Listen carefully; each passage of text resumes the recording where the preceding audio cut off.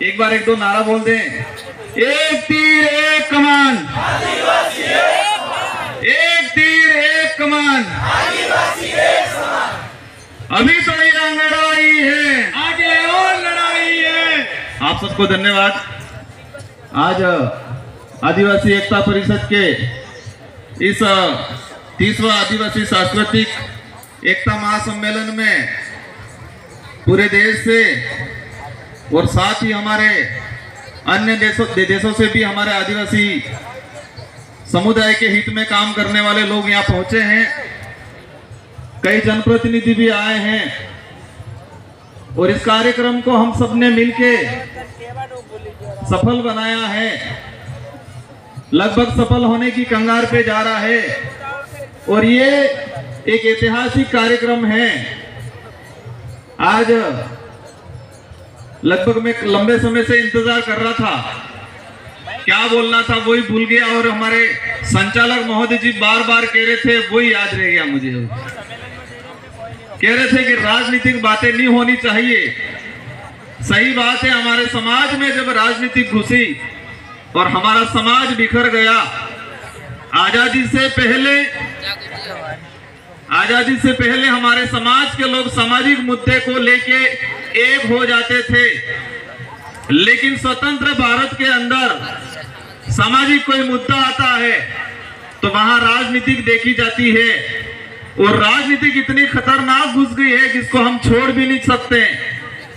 मैं इस कार्यक्रम में आया कल रात को लगभग 9 बजे के आसपास, तो वहां गेट के अंदर वहां आसपास साथी पूछ रहे थे, किसी ने कहा ये विधायक आए हैं, तो वो पूछ रहे थे कि कौन सी पार्टी से हो। उस भाई ने कहां से विधायक हो ये नहीं पूछा, क्या पूछा, कौन सी पार्टी से हो। मतलब गेट में घुसे तब से ही राजनीतिक शुरू हो गई। ये राजनीतिक इतनी खतरनाक है। जब मैं विधानसभा में विधायक के तौर पे मेरी 84 की जनता ने मुझे भेजा तो हम विधानसभा के अंदर गए।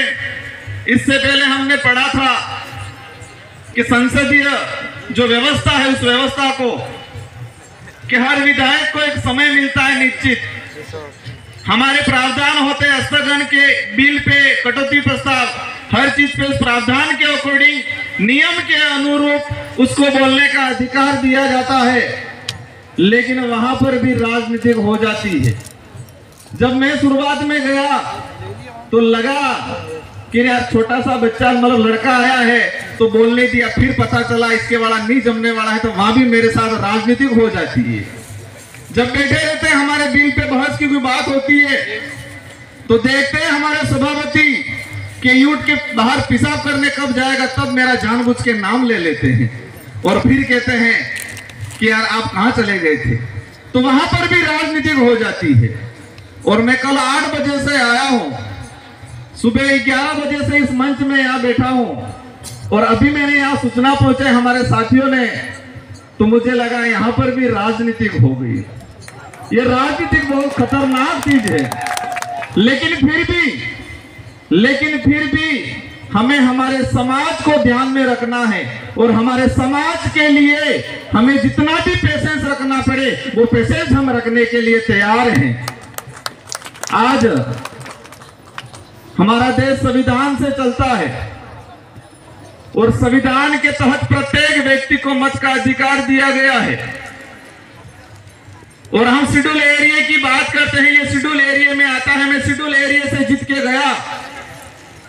हमारी जनता को यह समझाना पड़ेगा, हमारे जनप्रतिनिधि को समझाना पड़ेगा कि पार्टी की टिकट से विधायक नहीं बनते, आदिवासी समाज का सर्टिफिकेट लगाएंगे तो विधायक बनेंगे।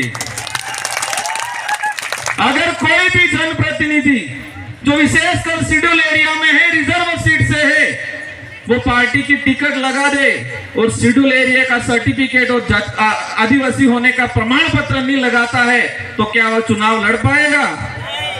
तो महत्व किसका है? किसका महत्व है?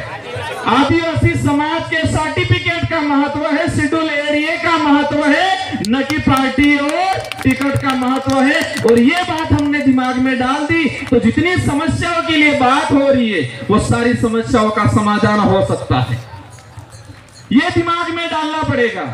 हमारे पास ताकत क्या है, उस ताकत को भूल गया हमारा समाज। हमारे भाई गाड़ी खरीदने जाते हैं, पूछते हैं कितना हॉर्स पावर की है, शब्द क्या यूज करते हैं, हॉर्स पावर।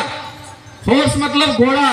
घोड़ा इतना ताकतवर होता है, घोड़ा ताकतवर होता है, लेकिन उसको बचपन से जो इसको पालने वाला रहता है इसको ऐसा बना देता है कि वो सिर्फ शादी ब्याह में नाचने का ही काम करता है।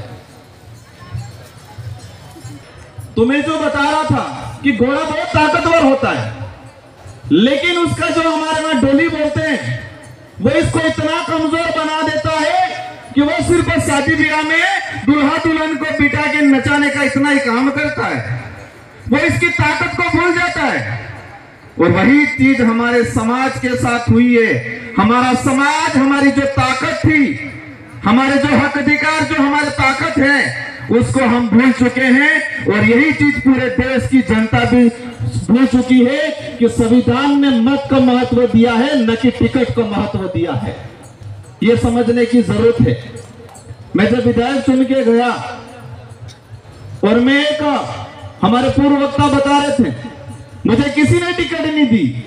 आदिवासी समाज ने सिलेक्शन प्रणाली से मुझे चुन के भेजा और हम एकमात्र विधायक हैं जो आदिवासी समाज की सिलेक्शन प्रणाली से चुन के गए हुए हैं। और कई हमारे साथी राजस्थान के जो दूसरे संगठन विचार की मजबूरी है, कहते हैं कि हम थे पार्टी के बंधनों में बंधे हुए इसलिए नहीं बोल सकते। लो एमएलए साहब ये चीजें आप बोलना, तो ये जनता को समझना पड़ेगा। ऐसी ताकत पैदा करनी है हमें। अभी बात हो रही थी यहां ऊपर जो दिमाग लगाया हुआ है उस पे लिखा हुआ है बहुमतवाद। इसके नीचे शुरुआत में जो मुर्गी लड़ रही है, तो इसको देख के बात याद आ गई। मैं हर बार बोलता हूं, हमारा समाज के अंदर किसी पे आपत्ति आती तो हमारा समाज एकजुट होकर लड़ता। इसके समूह पे आपत्ति आई, ये लड़ रही है। लेकिन वर्तमान में आपने मुर्गे देखे होंगे बाजार में, और वो मुर्गे देखे होंगे व्हाइट वाले बॉयलर बोलते हैं। एक ग्राहक आता है, एक को निकालता है, तो क्या दूसरी लड़ती है क्या? दूसरा वो व्हाइट आते हैं बॉयलर, वो लड़ते नहीं, लड़ता है, वो दाने चूसते रहता है, कहता है शांति शांति शांति हूं। जैसे जैसे ग्राहक आए एक एक मुर्गा काट काट के इसको खिला देंगे और लास्ट में एक बचेगा, वो भी खाता रहेगा, कहता है शांति शांति। उसको नहीं पता मेरा भी नंबर आने वाला है। ये स्थिति हमारे समाज की हो गई है। हमारा समाज किसी बात को लेकर लड़ने के लिए तैयार नहीं है। बात आती है ये तो बिलाला का मामला, बिल क्या करेगा, ये तो गोंड का मामला, संथाल क्या करेगा, ये तो नगाओं का मामला है, ये बिल क्या करेगा। ये स्थिति में बैठी हुई हम बॉर्डर लेस की बात करते हैं, हम आदिवासी समाज की बात करते हैं, लेकिन हम समूह में बटे गए। 2011 की जनगणना के अनुसार भारत देश के अंदर 10,42,00,000 आदिवासी समूह है बताया गया, और समूह 655 समूह, और आज 2023 हो गया। दुर्भाग्य से हमारी जनगणना जो होनी थी नहीं हुई, और इस जनगणना नहीं होने के पीछे कितना बड़ा राज है। कहते हैं कोरोना है, और कोरोना है तो चुनाव क्यों हो रहे हैं? जनगणना होनी चाहिए, जनगणना नहीं हो रही है। आज उस समय अभी आंकड़ा बढ़ गया है समूह का, 705 समूह आदिवासी बन गए, और आदिवासियों की संख्या कम होती जा रही है और समूह आगे बढ़ते जा रहे हैं। इस पे भी हमें सोचने का। आज हमारे आदिवासी समाज के अंदर अभी बात हो रही थी, नागा 2 देशों के अंदर बांट दिया, 4 राज्यों में बांट दिया। हम सब आए, हम सब ने बोला, लेकिन किसी ने एक चीज नोटिस नहीं की कि ये भी हमारा बिल राज जो था, बिल प्रदेश की जो मांग था, वही हिस्सा है। आज हम सब वक्ता बोल रहे हैं, आप सब बाहर जाके देखना, जो गाड़ियां खड़ी है, जो लोग आए, इसमें से 80% गाड़ियों पे बिल प्रदेश का झंडा लगा हुआ है, लेकिन हम बिल प्रदेश की बात बोलने में शर्माते हैं। जो लोग आए, इन सारी गाड़ियों पे 80% गाड़ियों पे मध्य प्रदेश का इलाका से, गुजरात के इलाके संतरामपुर से, हमारे जो डूंगरपुर बांसवाड़ा से जो गाड़ी आई, बाहर जो गाड़ियां हैं 80% गाड़ियों पे बिल प्रदेश का झंडा लगा हुआ है। लेकिन हम बिल प्रदेश की बात नहीं करना चाहते हैं। गोविंद गुरु ने 1915 के अंदर तो आंदोलन जो किया था, तो ये भक्ति आंदोलन की बात करते हैं, लेकिन उस समय बिलराज स्थापित करने का भी बात था और हम इस चीज को भूल गए हैं। मेरे इस मंच के, इस पंडाल के अंदर जो लोग हैं उनसे निवेदन है कि हम नया, हमारी पीढ़ी को कुछ नहीं दे सकते, लेकिन हमारे पूर्वजों ने हमको जो विरासत में दिया है, हमारे पूर्वजों ने हमको विरासत में जो रिजर्वेशन दिया है, विरासत में जो संस्कृति दी है, विरासत के अंदर जो इतिहास दिया है, विरासत के अंदर जो जल जंगल जमीन दिया है, उसी को बचाने का काम कर लो, वही आने वाली पीढ़ी के लिए बहुत हो जाएगा। आज के समय में हम नया कुछ नहीं दे सकते, लेकिन हमारे पूर्वज जो हमको विरासत के अंदर दे गए हैं, उसी की आप रक्षा कर लो, और यही रक्षा कर लिया तो बहुत हो जाएगा। आने वाली पीढ़ी आपको याद करेगी। बाकी आने वाली पीढ़ी अगरबत्ती दिया नहीं करने वाली है। आज हमारे आदिवासी समाजों के, हमारे पूरे देश के अंदर स्थिति बनी हुई बहुत खतरनाक, कोई बोलने के लिए तैयार नहीं। इस मंच के माध्यम से मैं कहना चाहूंगा कि राजस्थान, सॉरी, इस राज्य की सरकार हो, दूसरे राज्य की सरकार हो, भारत देश की सरकार हो, उस सरकार को मैसेज ये नहीं जाना चाहिए कि आदिवासी इकट्ठे हुए थे, नाच गाना किया और बिखर गए। ये मैसेज नहीं जाना चाहिए। उनको ये मैसेज जाना चाहिए कि आदिवासी समाज अब एकजुट हो रहा है अपने हक अधिकारों के लिए। आदिवासी समाज पे जो अत्याचार हो रहा है, वो ये समाज अब नहीं सहेगा। ये मैसेज जाना चाहिए उन सरकारों तक, उन सरकारों तक ये मैसेज जाना चाहिए कि आदिवासी समाज के जल जंगल जमीन की अगर हमने छेड़ा तो ये आदिवासी समाज अब चुप नहीं बैठेगा। ये मैसेज जाना चाहिए। आज हमारे अभी बात हो रही थी थोड़ी देर पहले धर्म की। हम कहते हैं 10 करोड़ आदिवासी है, लेकिन मुझे नहीं लगता है वास्तविक आदिवासी तो 10 करोड़ में से 10% भी नहीं रहे होंगे।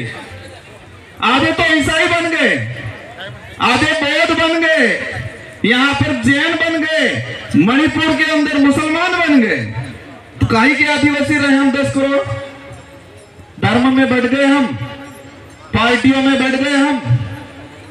ये बातें हो सकता है कड़वी लगे, लेकिन ये नहीं हो जाए आने वाले भविष्य के अंदर, जब बाहर हम प्रदर्शनी में अभी कि हमारे आदिवासियों का ऐसा घर हुआ करता था, ये देख के आए और आज हम नहीं जगे तो आने वाले 20-25 साल बाद हमारी पीढ़ी ये नहीं देखे कि वास्तविक आदिवासी देश में कौन सा बचा है। ये ढूंढना नहीं पड़े, ये ध्यान रखना पड़ेगा। हम लोग कहते हैं हमारे साथ अन्याय होता है, हम मंदिरों में जाते हैं, मंदिरों में दर्शन नहीं करने दिया जाता है। अरे भाई, मंदिर तो अपने ही नहीं है, तो अपन जा क्यों रहे? यहां पर भक्ति की बात हुई थी। आदिवासी समाज के अंदर भक्ति में मंदिर का महत्व नहीं है, धाम का महत्व है, धोड़ी का महत्व है। हमें धाम पे जाना है, धोड़ी पे जाना है, थानक पे जाना है, मंदिर पे नहीं जाना है। अब आपका ही नहीं, आप जबरदस्ती जा रहे हो, धक्का मार रहा है, फिर आप धक्का खा के आ रहे हो। आदिवासी समाज को धर्म में बांट दिया, राजनीतिक में बांट दिया। बहुत सारी बातें हैं, हमारे कई वक्ता और भी बोलेंगे, लेकिन मैं इस मंच के माध्यम से कहना चाहूंगा कि हमें एक प्रण लेना पड़ेगा कि देश की सरकार को क्या मैसेज है, वो बात हो गई। लेकिन संविधान के अंदर जनजाति की जगह आदिवासी शब्द जोड़ा जाए, इस पे जोर देना पड़ेगा हमको। अभी जितने भी वक्ता है, सब ने हमने आदिवासी की बात की। मुश्किल से किसी एक ने, हमारी एक बहन आई थी, उसने बताया जनजाति क्योंकि संवैधानिक शब्द है, तो संविधान में बहुत सारे अमेंडमेंट हो सकते हैं, तो जनजाति की जगह आदिवासी शब्द क्यों नहीं जोड़ सकता है? इस पे भी हमें मंथन करना पड़ेगा। जितने भी जनप्रतिनिधि आए, किसी भी पार्टी से आए, अगर पार्टी की नकेल में नहीं हो तो आह्वान करें पूरे देश के आदिवासी मिलके जंतर मंतर पे हम बात करें और हम ये माहौल बनाएं कि संविधान के अंदर जनजाति की जगह आदिवासी शब्द जोड़ा जाए। हमने राजस्थान में भी अभियान चलाया है। हम आपस में एक दूसरे को आरोप लगाते हैं। संचालक महोदय नजदीक आ गए, लेकिन मैं ज्यादा समय नहीं लूंगा, 2 मिनट ही लूंगा, क्योंकि मेरे साथ भी राजनीतिक हो गई। हमने राजस्थान में अभियान चलाया है। अगर कोई भी आदिवासी को नक्सली बोलेगा उस पे एट्रोसिटी मुकदमा दर्ज हो, ये अभियान चलाए और ये पूरे देश में चलाना पड़ेगा। अगर कोई आदिवासी को नक्सली बोलता है, आज मैं विधायक हूं, 2018 से पहले हम चुनावी व्यवस्था में नहीं आने वाले थे। हम पे आरोप लगे कि ये नक्सलाइट, लोग पता ही नहीं नक्सलाइट क्या होता है, एबीसीडी भी नहीं पता। हमारे जिला मुख्यालय से रिपोर्ट चली कि 18-20 जनों की कि ये नक्सलाइट गतिविधियां फैला रहे हैं। मजबूरन होकर राजनीति में आना पड़ा और समाज ने सिलेक्शन प्रणाली से मुझे चुन के, हमारे एक साथी को चुन के विधानसभा में भेजा तो चुप हुए। एक पत्रकार ने भी बीच में गलती से लिख दिया था किस इलाके में नक्सलाइट गतिविधियां। लगभग 4 जिलों के अंदर 30 से 40 थानों के अंदर उसके खिलाफ परिवार दर्ज करवाया, हमने दिया, माफी मांगने लग गया। आज छत्तीसगढ़ के अंदर में बीच में जाके आया, हमारे दादा बता रहे थे 22 साल की बच्ची हथियार उठा रही है। क्यों उठा रही है वो? हम उनको कह देते हैं ये तो नक्सलाइट लोग हैं, झारखंड वालों को बोल लेते नक्सलाइट लोग हैं। गुजरात में कुछ होता है, यहां पर हुआ ये मामला, हरण्य दस्तेवाड़ा अभ्यारण्य वाला हुआ। देश के अंदर कहीं पर भी आदिवासी समाज के साथ अन्याय होता है, हमें एकजुट होकर आना पड़ेगा। और हमें एकजुट होकर नहीं आए तो मन से हम बोल देंगे, हम आप तालियां बजा दोगे, मामला खत्म हो जाएगा। आदिवासी समाज आने वाले समय में गर्त में चले जाएगा और आदिवासी समाज की आने वाली पीढ़ी हमको माफ नहीं करेगी। इसलिए आदिवासी को जगाना है, राजनीतिक पार्टियों से दूर रहना है, अपने खुद की सिलेक्शन प्रणाली तैयार करनी है। आने वाली पार्टी आपको आके पूछे किसको टिकट दे, ये पूछनी चाहिए। और मैं तो कहता हूं ये टिकट वाली बीमारी बाहर निकाल दो, जनता चयन करके भेज देगी। धर्म व्यवस्था से बाहर निकलना है और धर्म व्यवस्था में बाहर नहीं निकले, हम यहाँ से, हमारा महाराज ने पूजा पाठ की आदिवासी संस्कृति में, और हम सब घर पे जाके ब्राह्मण से पूजा पाठ करा लेंगे तो क्या हो जाएगा? इससे कौन सी संस्कृति अशुद्ध कर दिया हमने। तो यहाँ पर खानपुर के अंदर आदिवासी समाज, हमारे आदिवासी भाई के ओबीसी में डाल दिया गया है। वो आज दर भटक रहा है कि हमें एसटी में शामिल किया जाए, लेकिन उस भाई के बाप दादा ने उसकी संस्कृति भुला दी, उसका कल्चर भुला दिया, उसकी बोली भुला दी और हमने कहने लग गए पता ही नहीं। और हमारा पढ़ा लिखा समाज, मैं लास्ट बात कह के कि ये जो दिमाग बनाया हुआ है, हमारा समाज के दिमाग के ऊपर ऐसा दूसरे लोगों ने रिसर्च किया है और हमारा जुरी चील की तरह कि आदिवासी समाज के अंदर कौन सा अच्छा लीडर है, कौन सा अच्छा आदमी है, उसको पकड़ते हैं। पकड़ने के बाद उस व्यक्ति को सुबह शाम मानसिक गुलाम होने का डोज दिया जाता है। और वो डोज कैसे देते हैं आपको बता देता हूं। वो डोज होने के बाद हमारे जो पढ़े लिखे कर्मचारी कैसे बन जाते हैं वो बता देता हूं। मानसिक गुलामी का डोज दिया जाता है सुबह शाम, और वो इतना हो जाता है कि हमारा पढ़ा लिखा कर्मचारी सुबह कपड़े पहन लिए और मैसेज आ गया कि आज तो मंगलवार है, हरा कलर ठीक नहीं है, पीला कलर ठीक रहेगा, तो कपड़े वापस निकाल लेता है। ऐसा मानसिक गुलाम बन गया है। हमारी मैडम है सुबह उठ के कपड़े पहन लेती है स्कूल जाने के लिए, लेकिन ग्रुप में मैसेज आ गया कि आज मंगलवार है या बुधवार है, ये कलर ठीक नहीं है, ये दाल ठीक नहीं है, तो दाल बनी हुई को छोड़ देते हैं। ऐसे मानसिक गुलाम बन गए हम लोग। तो मानसिक गुलाम बनाने वाले यंत्रों से सावधान रहना है, ऐसे संगठनों से सावधान रहना है।